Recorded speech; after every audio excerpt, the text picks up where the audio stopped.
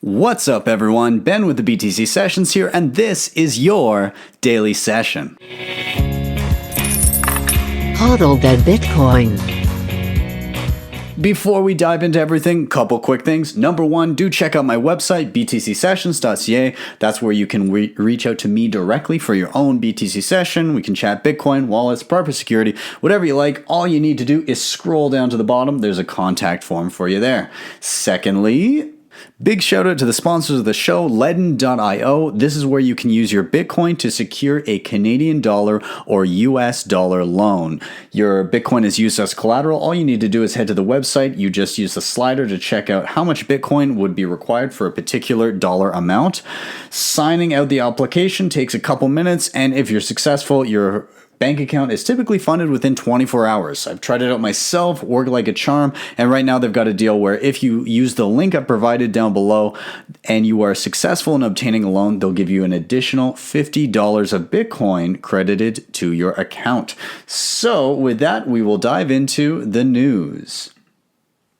So Bitcoin had a very, very good April. It was up, I believe, 27 or 28% on the month, largely in part due to a huge spike we had earlier in the month where we went from the low 4,000s up to well over 5,000. And that's pretty much held the whole time. Right now we're sitting around nearly $5,400, and it's been up above $5,400 today. So looking ahead, there are some major hurdles on the way to 6K. So there's a few major areas of resistance that date back quite a ways. So one of the things is there's this 50-week moving average, which we just surpassed not long ago. Now it surpassed it and then pulled back eventually. So that 50-week moving average is at about $5,400. So we're kind of bumping up against that now. So that is a set of resistance. We've also got some more. There was a bottom in June of 2018 sitting at around 57.80. So if we get past this 50-week moving average, then the next thing to bump up against would be that. And following that, there was also a bottom in August 3rd of 2018, which was 58.80. So those two are pretty close together, $100 apart. So that could be some tough resistance to get to. Now, when we did finally bounce off that 58.80 last August, it resulted in a pretty crazy candle through into September that led us to the $7,400 range. So that was a quick turnaround in a matter of a few weeks there. So personally, I'm not expecting a lot in the near term. I could see maybe this happening later in the year, but as I said, April was a pretty big month, and I don't think, given the craziness of the super long and drawn out bear market we've just endured, I don't know that the market's ready to dive back into those kinds of manias yet. I don't think that investor sentiment has reached that level. That said, again, I would be more than happy to be wrong about that. But if we do break below that kind of 5,200, 5,199 range, then we could be looking at heading back to the $4,700 range. But yeah, a few price points to be looking at. I'm not really a trader myself, but I do find that looking at things like this helps psychologically, so you don't freak out when you see the price bump around a lot. So yeah, let's move on. Now, this was an interesting article that I read today by Ben Davenport, and it's talking about proof of work versus proof of stake. Now, proof of work is what Bitcoin uses to come to consensus. It is the consensus mechanism, how everybody agrees on who owns what. And essentially, you're using computing power to vet and put through transactions. And so those people are called miners. Well, the alternative to this would be proof of stake. So instead of taking computational power and putting that to secure the network, you're taking your coins and you're putting them at risk. You're staking them and your reputation to vet transactions. And essentially you gain new coins through that action. Well, this article here outlines how that could in the long term prove to not be a very good model. And part of what they get into is, well, where do the new coins come from?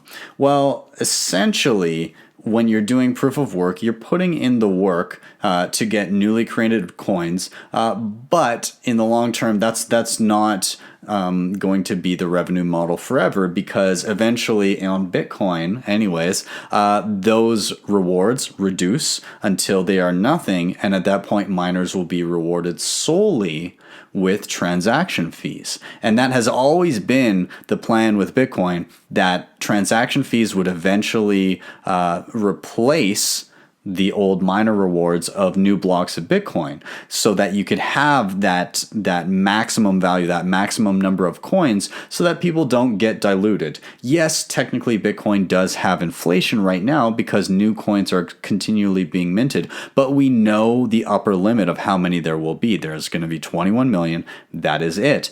And we've even seen points at the height of the bull market where in some instances, miner rewards already were larger when it came to transaction fees than when it was the coming to the block reward. So transaction fee reward at some points was higher than the block reward. So I think gradually over time, you'll see that start to even out, and then eventually transaction fees will start to be more and more of the miner's revenue.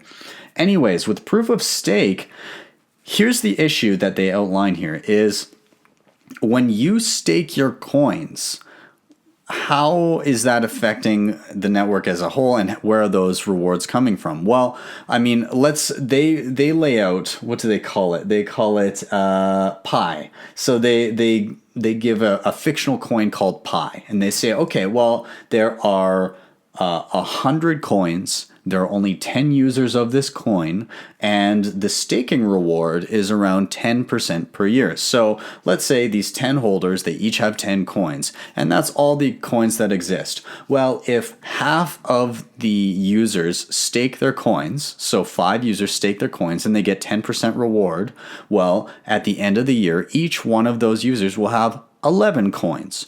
The other people who didn't stake their coins will have 10 coins. So what has happened when you look at the grand scheme of things and how many coins exist is, well, those stakers now have a larger piece of the pie. So whereas before they each had 10% of the currency, the stakers now have almost 10.5% of the currency, whereas the people that didn't stake have 9.5% of the currency. So what you're doing is you're diluting anybody that does not stake. And you may say, well, okay, well, the people took the risk of staking their coins, and so they should be rewarded. Well, in that instance, the people who are losing purchasing power are that much more likely to stake their coins. And you could probably get to a situation where essentially almost everyone is staking their coins, at which point the reward for doing so is nothing, because the inflation all goes at the same rate and everybody benefits equally. And at that point, you're doing the work for no reward because your portion of the pie remains the same forever. Add on to that, currently in the US, they view staking, they will look at that and view it as income. And so the marginal tax rate is 35%. So assuming that stakers are paying their taxes in the US, well, what happens then? If everybody starts staking and they all have that 10% income, which remember does nothing because their purchasing power hasn't increased given that the monetary base, they still own the same percentage of it.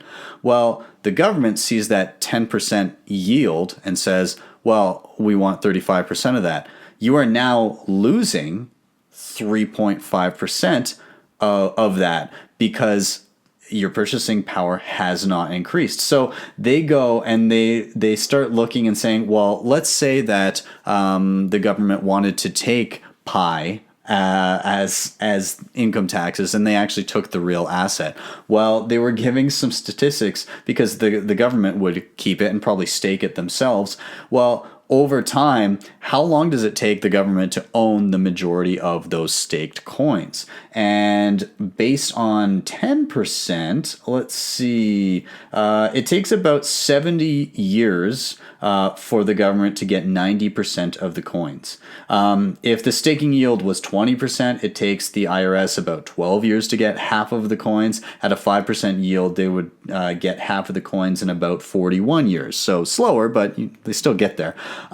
So essentially, they break down how proof of stake as a concept could be fundamentally flawed in that it leads to everybody staking, and it could lead to, and who knows, but if everybody goes to stake, then essentially there is no reward and you're doing work for nothing. In fact, for less than nothing if you're paying your taxes. If some people stake and some people don't, well, then you're disenfranchising everyone and the rich get richer, and essentially everybody else gets diluted. And yeah, so it does call into question a few points around proof of stake. I encourage you to take a look at it. It's interesting nonetheless. I will link to that down below. Let's move on. So Square, they're skyrocketing their Bitcoin sales. So it's kind of showing that retail investors are in. Now, part of this gets broken down quarter by quarter. So in Q1 2018, they had Bitcoin revenue of 34 million. Well, in the Q4 of 2018, they had 52 million. So it's grown steadily over the past year. And I imagine that this quarter has done quite well, though I don't think we have. Do we have this quarter? Yes. Regardless, it's been going up steadily, which is no wonder because you have Jack Dorsey all over Twitter talking about Bitcoin. He's been on podcasts, and they've been basically more or less getting free advertising the shit out of Cash App where you can buy Bitcoin. Well, what they are also looking at doing is adding things like Lightning Network for easier, quick transactions and all that. So this just kind of goes to show the interesting thing about this, I think, comparing Q1 to Q4 is the fact that, well, Q1 of 2018, we were just coming out of the all-time highs. In Q4 of 2018, that was the lows of the low for the bear market, and yet somehow they were nearly double, quite a bit more revenue in Bitcoin. So part of that is maybe they're capturing some of the market that they didn't have before, but those numbers are pretty interesting because they seem to show that regardless of the bear market, people have been stacking sats like nobody's business. So cool. Yeah, I think that's great. But yeah, so there is total net revenue for Square, and you can see from 2018, 669 million to Q1 of 2019, 959 million. So it's growing, and Bitcoin is a big part of that. Let's move on. One more thing here. Fidelity, they did a study and they found that 22% of institutional investors have some digital asset exposure. So more institutional investors are engaging with digital assets either directly or through service providers as the potential impact of blockchain technology on financial markets, new and old, becomes more readily transparent. So it looks like in the survey, when they talked to, let's see, who did they talk to? There's a few different places they talked to. Institutional investors, including pensions, family offices, crypto and traditional hedge funds, and financial advisors, as well as endowments and foundations. So a lot of kind of a wide net that they've cast here. Anyways, some of the reasons why people are getting involved, well, a large number of them listed 74 to 80% said it was the characteristics of digital assets that had the widest appeal, which, I mean, okay, be more specific, I guess. Just under half said that digital assets appealed because it's an innovative technology, and 46% pointed to the low correlation between other assets. So it's not necessarily pegged to traditional markets. It could go one way or the other, regardless of what the Dow Jones is doing. So yeah, interesting. I think that over time this will only grow, and I don't think it's any secret that institutional investors are buying. I think it's just not mainstream media worthy all the time, and eventually nobody will care anyways because they'll think, of course you're dabbling at least a little bit in Bitcoin and other digital assets. So anyways, interesting, but not like anything that's mind-blowing. Guys, I'm gonna leave it there. Thank you very much for watching. Remember to hit up my website and the sponsor Ledn.io. I've got a link for that down below. If you are new to the channel, hit subscribe, hit that like button, and smash the little bell notification icon, because every time this airs for the first time, I'm in the side chat with everybody, chatting them up. So make sure you make it for that next time. Finally, if you really like what you saw today, you can drop a Bitcoin tip via the Lightning Network at my tippin.me account. I will have a link for that below, and if you don't know how to do it, I've also got a tutorial that I made, and I'll put that in the links as well. Thank you guys so much, and I will see you tomorrow for your daily session.